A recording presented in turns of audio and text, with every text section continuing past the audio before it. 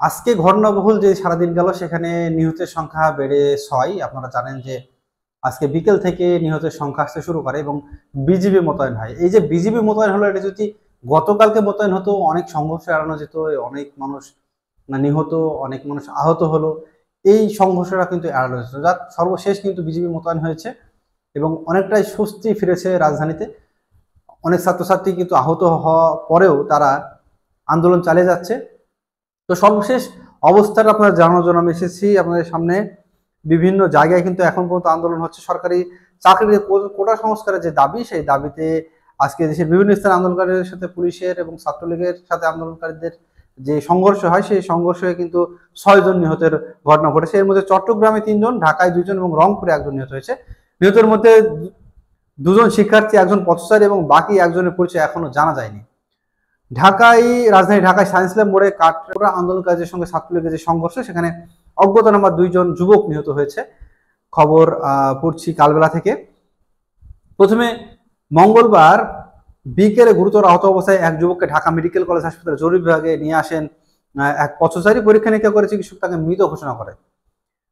চিকিৎসকের বরাত দিয়ে বিষয়টি নিশ্চিত করেছেন ঢাকা মেডিকেল কলেজ হাসপাতালের পুলিশ ক্যাম্পের ইনচার্জ পরিদর্শক বাচ্চু মিয়া। তিনি বলেন, গুরুতর আহত অবস্থায় এক যুবককে ঢাকা মেডিকেলে নিয়ে এলে কর্তব্যরত চিকিৎসক তাকে মৃত ঘোষণা করে। তার কানের নিচে এবং মুখের বিভিন্ন জায়গায় ধারালো অস্ত্রের আঘাত বা আঘাতের চিহ্ন কিন্তু পাওয়া গেছে। প্রাথমিকভাবে হাসপাতালে নিয়ে আসা ওই পথচারী তার নাম পরিচয় বলতে পারেনি। আসলে হয়তো অজ্ঞাতনামা যে ব্যক্তির লাশ, তার হয়তো এলোপাথারি যে রামদা বা এই ধরনের ধারালো অস্ত্রের যে এলোপাথারি হামলা, সেটা আমরা কিন্তু গতকালকে বিভিন্ন মিডিয়ায় দেখেছি। এরপর সন্ধ্যায় আরো 1 জন যুবক নিহত হয়েছেন, তবে তার নাম পরিচয় জানা যায়নি। বয়স আনুমানিক 25। আহত অবস্থায় তাকে উদ্ধার করে মঙ্গলবার ঢাকা মেডিকেল কলেজ হাসপাতালে চিকিৎসাধীন অবস্থায় তিনি মারা যান। জানা গেছে, সংঘর্ষে আহত হওয়ার পর তাকে পপুলার হাসপাতালে নেওয়া হয় প্রথমে, পরে সেখান থেকে ঢাকা মেডিকেল কলেজ হাসপাতালে নিয়ে আসা হয়। পরে সেখানে চিকিৎসক তাকে মৃত ঘোষণা করে।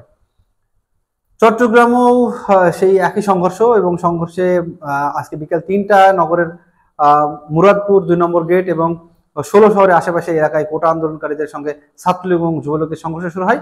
এর আগে দুপুর থেকে বিভিন্ন মোড়ে অবস্থান নেয় ছাত্রলীগ যুবলীগের নেতাকর্মীরা। 2 নম্বর গেট এলাকায় একটি বাস ভাঙচুর করে তারা। দফায় দফায় সংঘর্ষে 3 জন নিহত হয়। এটা হচ্ছে চট্টগ্রামের খবর। নিহতরা হলেন ওয়াসিম আকরাম ফয়সাল আহমেদ, মোহাম্মদ ফারুক।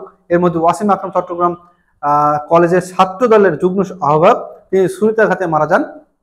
ওয়াসিম আকরাম রাষ্ট্রবিজ্ঞান বিভাগের অনার্স 3rd ইয়ারের ছাত্র এবং তার বাড়ি কক্সবাজারে। একজন নিহত ফয়সাল শান্ত নগরীর MES কলেজের ছাত্র, তার পিঠে ধারালো আঘাতের চিহ্ন রয়েছে। আসলে বিভিন্ন জায়গায় যে সমস্ত রোগীরা মারা গেছে, ম্যাক্সিমামই কিন্তু আহত হয়েছে ধারালো অস্ত্রে, সেটা আপনারা নিশ্চয়ই বুঝতে পারছেন।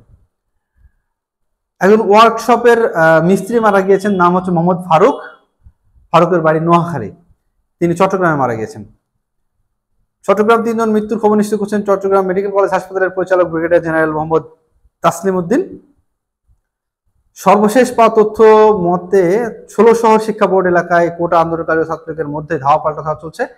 মুরাদপুর অঞ্চলের অবস্থান নিয়েছে কোটা আন্দোলনকারীরা, 2 নম্বর এবং 16 শহর এলাকার অবস্থান নিয়েছে ছাত্রলীগ নেতাকর্মীরা। আসলে ছাত্রলীগ এবং কোটা আন্দোলনকারীদের মাঝখানে পুরো অনেকে মারা গিয়েছেন, বিশেষ করে ম্যাক্সিমাম আন্দোলনকারীরা।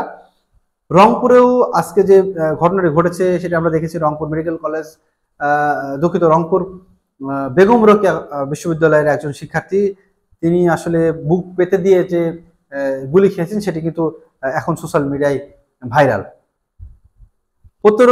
প্রত্যক্ষদর্শীরা জানায়, রংপুরের 2 নম্বর খামার মোড়ে থেকে শিক্ষার্থীরা বিশাল মিছিল নিয়ে বিশ্ববিদ্যালয়ের 1 নম্বর ফটকের সামনে আসেন। এই সময় তারা বিভিন্ন স্লোগান দিয়ে থাকে। শিক্ষার্থীরা ক্যাম্পাসে প্রবেশের চেষ্টা করলে পুলিশ বাধা দেয়।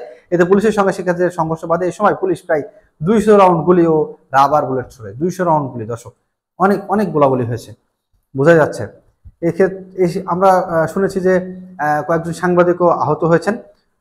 পুলিশের সঙ্গে বেগম রোকেয়ার বিশ্ববিদ্যালয়ের কোটা সংস্কার আন্দোলনের অন্যতম সমন্বয়ক ইংরেজি বিভাগের 12তম ব্যাচের শিক্ষার্থী মোহাম্মদ আবু সাইদ নিহত হন। আবু সাইদ পীরগঞ্জ উপজেলার বামুনপুরের বাসিন্দা মকবুল হোসেনের ছেলে। তিনি বিষয়টি নিশ্চিত করেছেন সেই বিভাগীয় প্রধান রংপুর যে বেগম রোকেয়া বিশ্ববিদ্যালয়ের প্রধান আসিফ আল মতিন তিনি বিষয়টি নিশ্চিত করেছেন। দর্শক, এই যে আন্দোলন, এই আন্দোলন আরো তীব্র থেকে তীব্রতর হচ্ছিল এবং তারপরে ঢাকাতে বিভিন্ন বেসরকারি বিশ্ববিদ্যালয়ের আন্দোলনরত শিক্ষার্থীরা তারা নেমে যায় এবং তারপরে কিন্তু এছাড়াও কিন্তু রাজশাহী থেকে শুরু করে ইসলামী বিশ্ববিদ্যালয়, খুলনা, আমাদের আশেপাশে খুলনার আরো বেশ কিছু শহর আর আরো বেশ কিছু কলেজ কিন্তু এখানে জড়িয়ে পড়ে। সারা দেশের বিভিন্ন কলেজে কিন্তু এই ধাওয়া পাল্টা ধাওয়া হয়েছে এবং ঝিনাইদহ পর্যন্ত ছাত্রলীগ হামলা করেছে বিভিন্ন শিক্ষার্থীদের উপরে, আন্দোলনরত শিক্ষার্থীদের উপরে। তো এই ছিল আসলে যে 6 জন সারা বাংলাদেশে যে নিহত হয়েছে গোটা আন্দোলন সংঘর্ষে, সেটি সর্বশেষ। দর্শক, আপনার মতামত জানাবেন এবং কমেন্টে অবশ্যই জানাবেন। সর্বশেষ আপডেট যদি আমরা পাই অবশ্যই আপনাদের সঙ্গে শেয়ার করব। ধন্যবাদ আমাদের সঙ্গে থাকার জন্য।